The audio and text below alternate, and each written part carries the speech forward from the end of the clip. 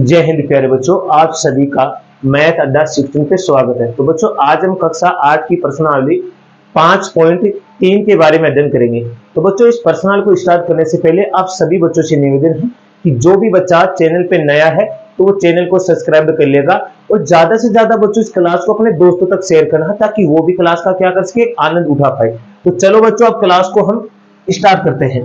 तो हमारा है प्रश्न नंबर 1। क्या है?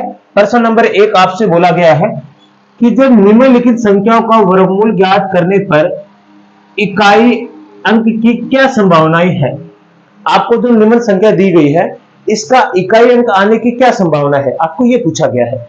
अब वर्गमूल का मतलब होता है भाई बच्चों, ये जो संख्या दे रखी है 9801 का जो आप वर्गमूल निकालोगे तो इस संख्या का इकाई अंक क्या आएगा, ये आपसे पूछा गया है।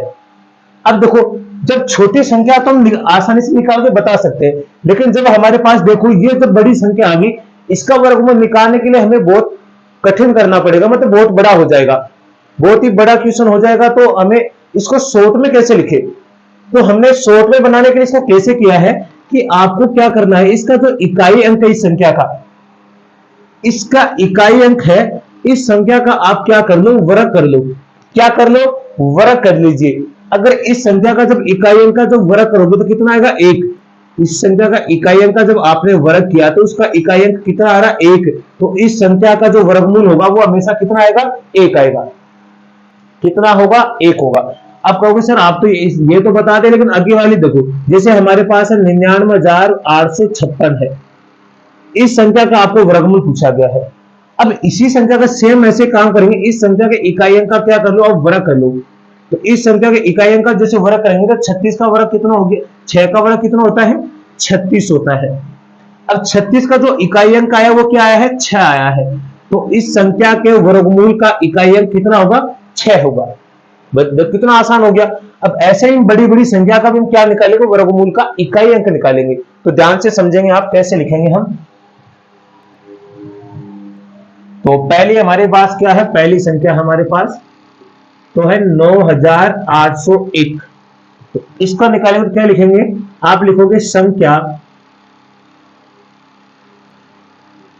9801 का वर्गमूल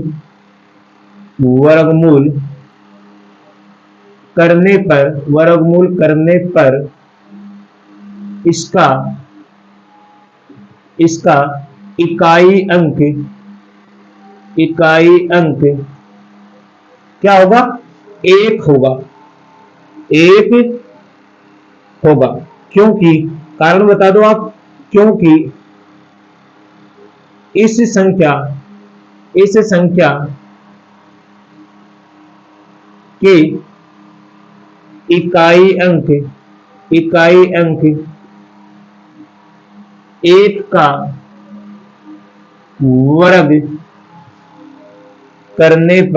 वर्ग करने पर इकाई अंक 1 आता है। इस वजह से हमारा पहला आंसर हो गया पूरा। बिल्कुल ऐसे हम दूसरे का निकालेंगे। तो हमारे पास दूसरा क्या है? आपके पास है 99,856। तो यही हम लिखेंगे। क्या लिखेंगे? इस संख्या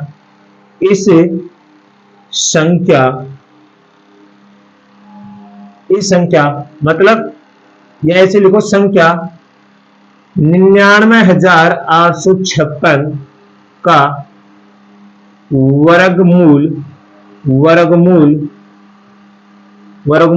करने पर इकाई अंक क्या आएगा? 6 होगा। क्या होगा? 6 होगा। 6 क्यों होगा? अभी मैंने आपको बताया है, जैसे इकाई अंक है इसका वर्ग कीजिए तो इसका 6 का वर्ग कितना होता है? 36। और 36 का जो इकाई अंक वो कितना है? 6 है। तो आप क्या लिखोगे? 6 होगा। क्योंकि इस संख्या के इकाई अंक 6 का वर्ग करने पर इसका इकाई अंक 6 आता है। इस कारण से तो हमारे दो आंसर हो गए हैं। तो मैं आशा करता हूं आपको ये अच्छे से समझ में आया होगा। तो इसका स्क्रीनशॉट लेंगे, फिर आगे हम करेंगे। तो देखिए हमारे पास दो हो गया हमारा। तो अब हम देखेंगे तीसरा पार्ट इसका। तो देखिए तीसरा पार्ट क्या है इसका। तो हमारे पास तीसरा पार्ट है इसका। तो हम क्या लिखेंगे, 9,98,001। 9,98,001। अब इतनी बड़ी संख्या को वर्गमूल निकालेंगे तो हमें टाइम बहुत ज्यादा लग जाएगा। तो इसका शॉर्ट तरीका है ये। तो क्या लिखेंगे, संख्या 9,98,001 का वर्गमूल करने पर इसका इकाई अंक 1 होगा। कारण बता सकते हैं हम, क्योंकि इस संख्या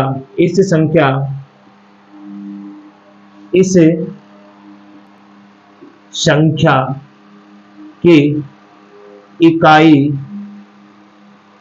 अंक 1 का वर्ग करने पर इकाई अंक 1 आता है। ठीक है, ये हमारा आंसर हो गया। ऐसे हम चौथे पार्ट का देंगे। तो ये चौथा पार्ट देखो कितना बड़ा है। तो यहां से देखिए कितना है, आप 65, 76, 66, 0, 2, 5। तो देखो इसका क्या लिखेंगे, संख्या 65, 76, 66, 0, 2, 5। तो अगर आप वैसे देखना चाहो तो कितना, 1, 2, 3, 4, 5, 6, 7, 65 करोड़ 76,66,025 है ये। तो इस संख्या इसका का वर्गमूल करने पर इकाई अंक। अब एक बात याद रखना कि इसका इकाई अंक क्या है, 5 है। तो इसका इकाई अंक अगर वर्ग करेंगे तो भी कितना आएगा, वर्गमूल निकालेंगे तो भी 5 ही आएगा। इस संख्या वर्गमूल करने पर इकाई अंक 5 होगा, क्योंकि इस संख्या के इकाई अंक 5 का वर्ग करने पर इसका इकाई अंक 5 आता है। ये हमारा आंसर हो गया। तो बिल्कुल आसान है, बस आपको लिखना है अपनी भाषा में। ये नहीं रटी रटाई भाषा नहीं, आप अपनी भाषा में भी लिख सकते हो। तो ये हमारा आंसर है। तो मैं आशा करता हूं आपको ये भी अच्छे से समझ में आया होगा। तो इसका स्क्रीनशॉट लेंगे, फिर अगला क्वेश्चन करेंगे हम। चलिए बच्चों अगला क्वेश्चन देखिए, क्वेश्चन नंबर 2। तो क्वेश्चन नंबर 2 क्या लिखा, बिना गणना किए वह संख्या बताइए जो वास्तव में पूर्ण वर्ग संख्या नहीं है। आपको गणना नहीं करनी है, बिना गणना किए आपको देखते ही संख्या को बताना है क्या ये पूर्ण वर्ग संख्या है या नहीं है। तो बच्चों जब भी हमें देख कर ही बताना है कि पूर्ण वर्ग संख्या नहीं है, इसके लिए हमें क्या करना पड़ेगी, 1 से 10 तक के वर्ग देखने पड़ेंगे सबसे पहले। तो देखिए पहले आप 1 का वर्ग कीजिए, कितना होगा 1। फिर 2 का वर्ग करोगे कितना आएगा 4। फिर 3 का वर्ग करोगे कितना आएगा 9। फिर 4 का वर्ग कितनों करोगे तो कितना आएगा 16। 5 का वर्ग करोगे तो कितना आएगा 25। 6 का वर्ग करोगे तो कितना आएगा 49। फिर 7 का वर्ग करोगे तो कितना आएगा, सॉरी 6 का वर्ग करोगे तो आएगा 36। और 7 का वर्ग करोगे तो आएगा 49। 8 का वर्ग करोगे तो कितना आएगा 64। 9 का वर्ग करोगे तो कितना आएगा 81। और 10 का वर्ग करोगे तो कितना आएगा 100। अब देखिए अब 1 से 10 तक की संख्या का वर्ग क्यों लिखा है, कि बाकी अगर हम आगे करेंगे तो ये संख्या का रिपीट होती जाएंगी, वापस इनका जो इकाई अंक है वो सेम ही आता जाएगा।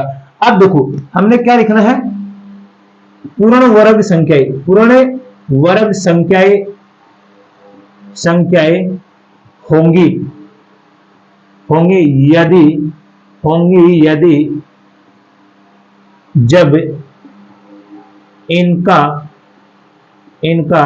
इकाई अंक पूर्ण वर्ग संख्या होगी, यदि जब इनका इकाई अंक क्या क्या होगा। देखो इकाई अंक क्या आ रहा है इसमें, एक तो 1 आ रहा है, एक 4 आ रहा है, कौन आ रहा है, 4 आ रहा है, एक 6 आ रहा है, एक 5 आ रहा है, एक 9 आ रहा है।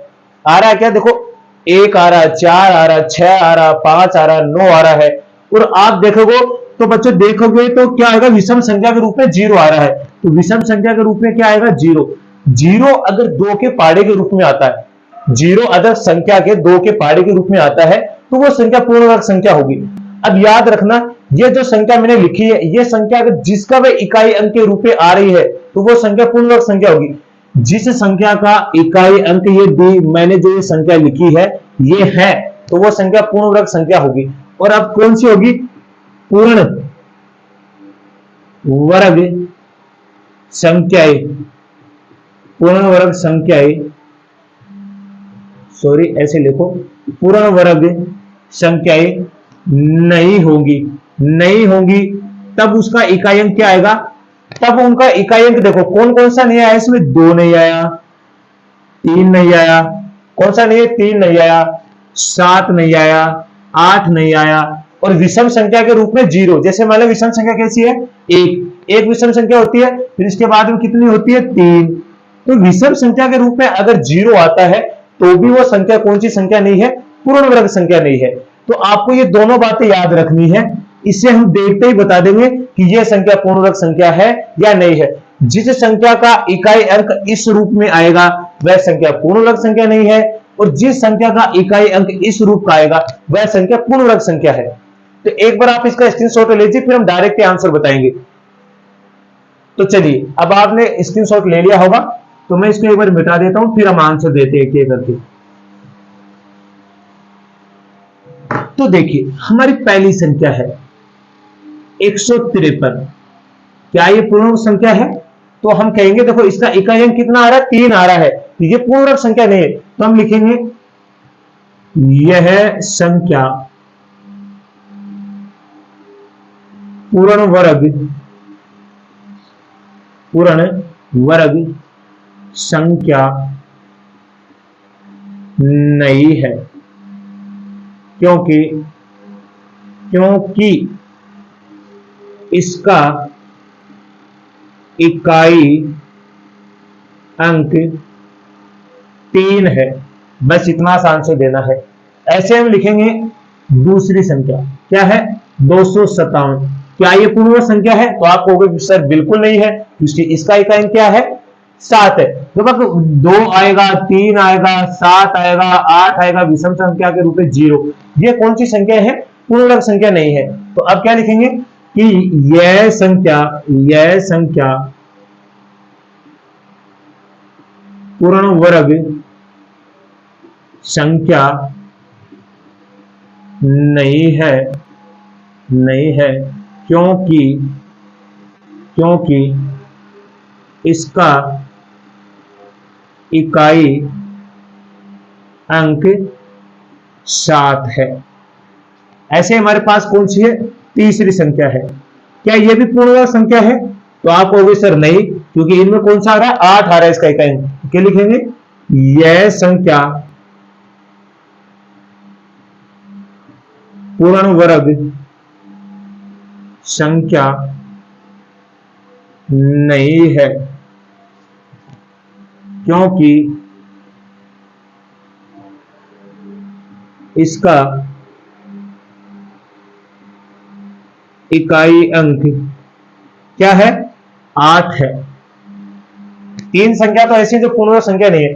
अब हम चौथी चेक करेंगे, क्या ये है 441, बताइए क्या ये पूर्ण वर्ग संख्या, तो आप कहोगे सर है, क्योंकि इसका इकाई अंक क्या है, 1 है। 1 है क्या, फिर कौन सा आना चाहिए हमारे पास, एक के बाद में कौन सी संख्या आनी चाहिए, 4 आनी चाहिए, फिर 4 के बाद में 5 आनी चाहिए, फिर 6 आनी चाहिए। ये जो संख्या होंगी तो वह संख्या क्या होगी, पूर्ण वर्ग संख्या होगी। तो क्या लिखेंगे, यह संख्या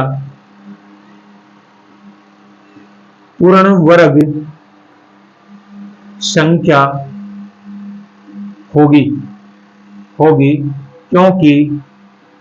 क्योंकि इसका इकाई अंक 1 है। क्या आप सभी को अच्छे से समझ में आ गया होगा? मैं आशा करता हूं कि आप सभी बच्चों को अच्छे से समझ में आ गया होगा। तो इसका स्क्रीनशॉट लेंगे, फिर हम अगला क्वेश्चन करेंगे। जस्ट नेक्स्ट अगला क्वेश्चन देखिए बच्चों, अगला क्वेश्चन देखिए क्या हमारे पास कैसा है। बार बार घटाने विधि से 100 और 169 का वर्गमूल ज्ञात कीजिए। आपको क्या कहा गया है कि बार बार घटाने की विधि से इन दोनों संख्या को क्या बताना, वर्गमूल बताना है। कितने का वर्गमूल है भाई, ये 100 है, 100 का वर्गमूल कितना है ये बताना है, 169 का वर्गमूल कितना है ये ज्ञात करना है, दोनों का वर्गमूल ज्ञात करना है। तो बार बार घटाने विधि से क्या करना है, जैसे बच्चों पहले आपको क्या लिखना है, 100। अब ये बार बार घटाने की विधि का मतलब होता है आपको इनमें से विषम संख्या को घटाना है, और तब तक आपको घटाना है जब तक ये क्या ना हो जाए, 0 ना हो जाए। तो सबसे पहले हम शुरू करेंगे कहां से, 1 से। पहले हम किसका निकालेंगे, 100 का वर्गमूल। तो सबसे पहले आप क्या करोगे, 100 लिखोगे। 100 में सबसे पहले क्या घटाओगे, 1। विषम संख्या 1 है तो कितना आएगा, 99। फिर 99 में विषम संख्या घटाओगे, इसके बाद में 1 के बाद विषम संख्या कौन सी होती है, 3। तो कितना आएगा हमारे पास, 96। फिर 96 में घटाना हमें विषम संख्या अगली कौन सी है, 5। तो कितना आएगा हमारे पास, 91। फिर अगली संख्या 91 है, इसके बाद में विषम संख्या कौन सी होती है, 7। तो 7 कम करिए, 1 कीजिए, 90, 90 में से 6 जाएगा तो बचेगा 84। फिर इसके बाद में जो विषम संख्या वो हमारे पास कौन सी है, 9। तो 9 घटाई 4 गया तो 80, और 80 में से 5 गया तो कितना बच गया, 75। और फिर 75 में से हम घटाएंगे अगली संख्या कौन सी है, 11। विषम संख्या कौन सी होती है, 11। तो क्या बचेगा, 64। फिर 64 में से अगली संख्या घटाएंगे हम कौन सी, 13। तो हमारे पास क्या बचेगी, 5 और 1 51। फिर अगली संख्या 51 में से हम घटाएंगे तो कौन सी होती है, इसके बाद में 15। कौन होती है, 15 होती है। तो 15 घटाएंगे तो 11 में से 5 जाएंगे तो कितने बचेंगे, 11 में से 5 गए 6, और 4 में से 1 गया, कितना बच गया, 3। फिर हम 36 में से घटाएंगे अगली संख्या क्या, 15, 16, 17। 17 घटाओगे तो देखो 16 में से 7 जाएंगे, 16 में से 7 जाएंगे तो कितने बचेंगे आपके पास, 9। 16 में से 7 जाएंगे तो बचेंगे 9, और 2 में से क्या, 1। फिर यहां क्या आएगा, 19, और 19 में से 19 जाएगा तो क्या आएगा, 0। गिन लो आप, देखो कितनी बार आया है, 1 2 3 4 5 6 7 8 9 10। 10वें नंबर पे क्या आ गया हमारे पास, 0 लिखोगे, 0 आ गया तो आप लिखोगे अतः 100 का, क्या लिखोगे, 100 का वर्गमूल क्या होगा, 100 का वर्गमूल कितना होगा, 10 होगा। जहां भी 0 हो जाएगा वो इसका क्या वर्गमूल है, गिन लो, 1 2 3 4 5 6 7 8 9 10। तो 100 का वर्गमूल कितना होता है, 10 होता है। तो आप इसका स्क्रीनशॉट लीजिए, फिर हम 169 का निकालेंगे। तो चलिए आपने ले लिया होगा, तो हम अब निकालेंगे 169 का। तो यहां किसका निकालेंगे, 169। वही काम करना है, सबसे पहले 169 में आपको क्या करना है, 1 कम करना है। तो कितना आएगा, 168। सॉरी, आगे कितना आएगा, 168 आएगा। फिर 168 में आपको कितना कम करना है, 3 कम करना है, तो आएगा 165। फिर 165 में आपको कम करना है 5, तो आएगा 160। फिर 160 में आपको कम करना है 7, तो आएगा 153। फिर 153 में आपको कम करना है 9, कितना कम करना है, 9 कम करना है, तो आएगा 146। जोड़ लो, 146 आएगा क्या, 9 कम करेंगे हम तो 3 ये कम हो गया, 44 आएगा। कितना आएगा, 144। देखो 3 तो ये कम कर दिए, 50 बचा, 50 में से 6 जाएंगे तो 44 ही बचेंगे। फिर आएगा 144 में हम कितना कम करना, 9 के बाद में कौन आता है 11, तो क्या होगा 1 3 3 133। फिर 133 में कम करना हमें 13, कितना कम करना है 13 कम करना है बच्चों। तो 13 कम करेंगे तो हमारे पास क्या आएगा 1 2 0 120। फिर 120 में से हम कम करेंगे तो 13 बदल 14 तो सम संख्या 15, तो आएगा 105। फिर 105 में हम कम करेंगे 15 के बाद में कौन आता है 17, तो 17 आएगा तो 95 हो गया, और 95 में से 5 गए तो बचे 90, या आ गया 88।